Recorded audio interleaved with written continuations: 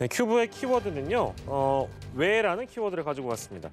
앞서 보신 리포트에 대한 내용을 좀 더 자세하게 만나볼 텐데요. 지난해 12월이었습니다. 아파트 주차장에서 발생한 테슬라 화재 사고를 많은 분들이 기억하실 텐데요. 벽면에 충돌을 하면서 그 충격으로 화재가 발생했고 조수석에 타고 있던 차주가 사망하는 그런 사건이었습니다. 오늘 국과수의 감정 결과가 나왔는데요. 사건 큐브는요, 오창석 평론가 이어서 함께해 주시고요. 최단비 변호사 모셨습니다. 어서 오세요. 안녕하세요. 네, 자, 이 윤석열 전 검찰총장의 친구였다라는 사실도 알려지면서 이 사건이 많이 또 회자가 되곤 했는데요. 아파트 주차장에서 벌어진 사고였는데 사망자가 나왔기 때문에 굉장히 많은 분들이 기억하시는 사고일 겁니다. 좀 자세히 좀 정리를 해준다면요. 네, 일단 지난해 12월 9일이었습니다. 오후 9시 43분쯤이었는데요. 이 피해자의 용산구 한남동 주택단지 지하 주차장에서 이렇게 사고가 났습니다.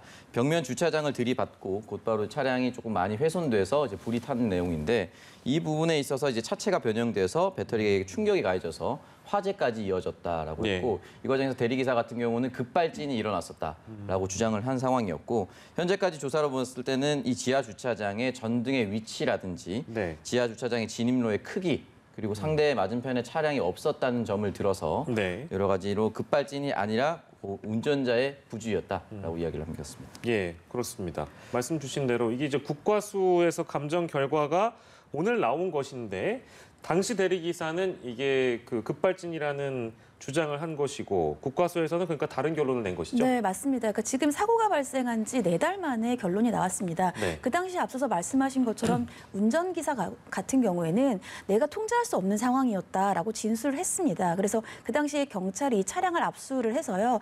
국과수에 이제 조사를 의뢰를 했고요. 국과수에서는 테슬라 측으로부터 텔레매틱스라고 하는 정보를 받아서 분석을 했습니다. 근데 분석을 했더니 이 해당 차량이 주차장 입구부터 브레이크 없이 가속 페달만 밟은 것으로 지금 정보가 분석이 됐고 특히 충돌 10초 전부터 가속이 시작이 돼서 4초 전에 최대치였다. 그리고 충돌하기 직전이 약 95km에 달했다는 거예요.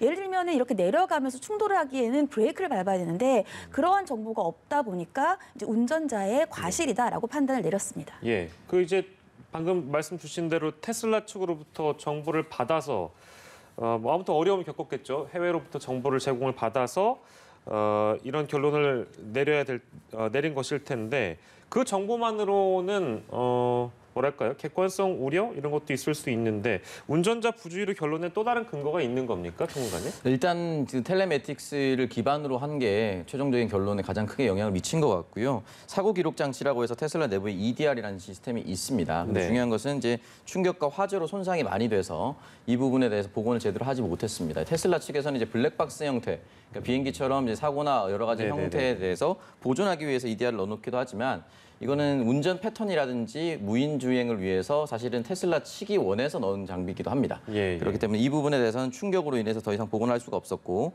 무선 통신과 GPS 기반 저장 장치할 수 있는 말씀하셨던 텔레매틱스를 기반으로 이제 운행 정보를 확인해 봤는데 브레이크가 전혀 작동하지 않았다는 점이 가장 큰 문제였다. 그래서 결국은 브레이크를 밟지 않은 상태에서 이 테슬라 이 차량 자체가 이제 전기 자동차다 보니까 흔히 말해서 제로백, 정확한 용어는 아니지만 어쨌든 출발부터 100km까지 빠르게 속도가 증가가 됩니다. 그렇기 때문에 이 부분에 있어서 운전자의 부주의가 가장 컸다라고 이야기를 하고 있습니다. 자동차, 테슬라뿐만 아니라 자동차와 관련된 급발진 논란이라는 게 굉장히 많았던 걸로 저도 기억을 하는데 아무튼 테슬라와 관련해서는 국과수 감정 결과가 나왔기 때문에 이 급발진 논란은 일단락된다고 봐야 되는 건가요?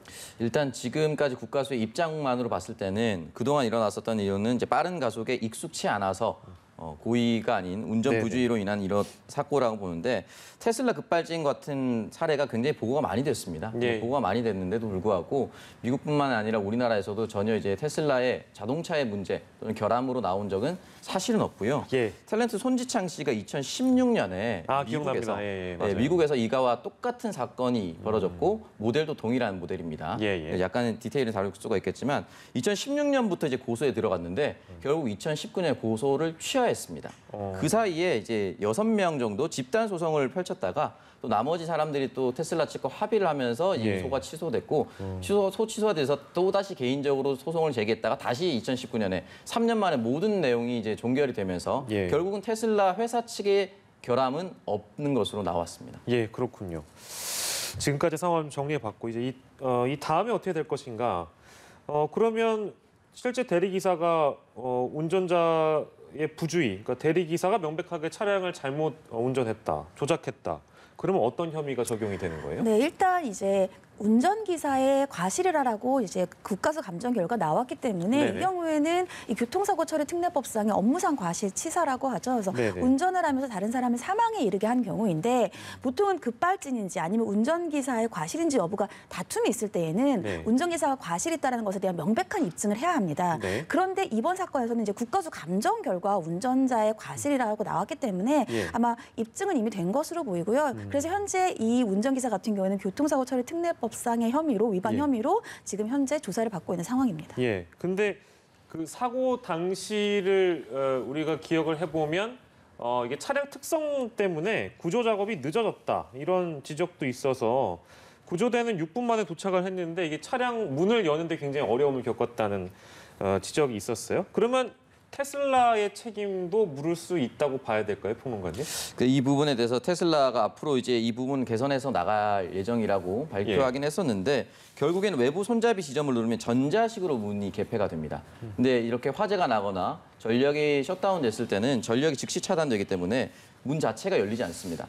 굳이 화재가 아니다 하더라도 그냥 찌그러짐 현상이 있다 하더라도 이 문이 이제 열리지 않아서 많은 어려움을 겪은 사례들이 나오고 있는데 이 부분에 대해서는 앞으로 개선하겠다라고 얘기를 했지만 아직까지는 이제 테슬라의 책임이다라고 얘기해도 사실은 어렵습니다. 왜냐하면 또 결국엔 사고의 책임은 또 운전자한테 있기 때문에 네네. 이 부분에 대해서는 결국엔 소방관은 트렁크를 뜯어내고 이제 구조를 했다라고 얘기를 하고 이 모델 같은 경우는 뒤에 그냥 문을 여닫는 것이 아니라 팔코닝이라고 해서 위로 열리는 형식입니다. 아, 그래요? 또 그렇기 때문에 이런 부분에 있어서 또 이제 소방관들이 또 한 차례 좀 어려움을 겪지 않았을까 하는 생각이 듭니다. 예, 알겠습니다.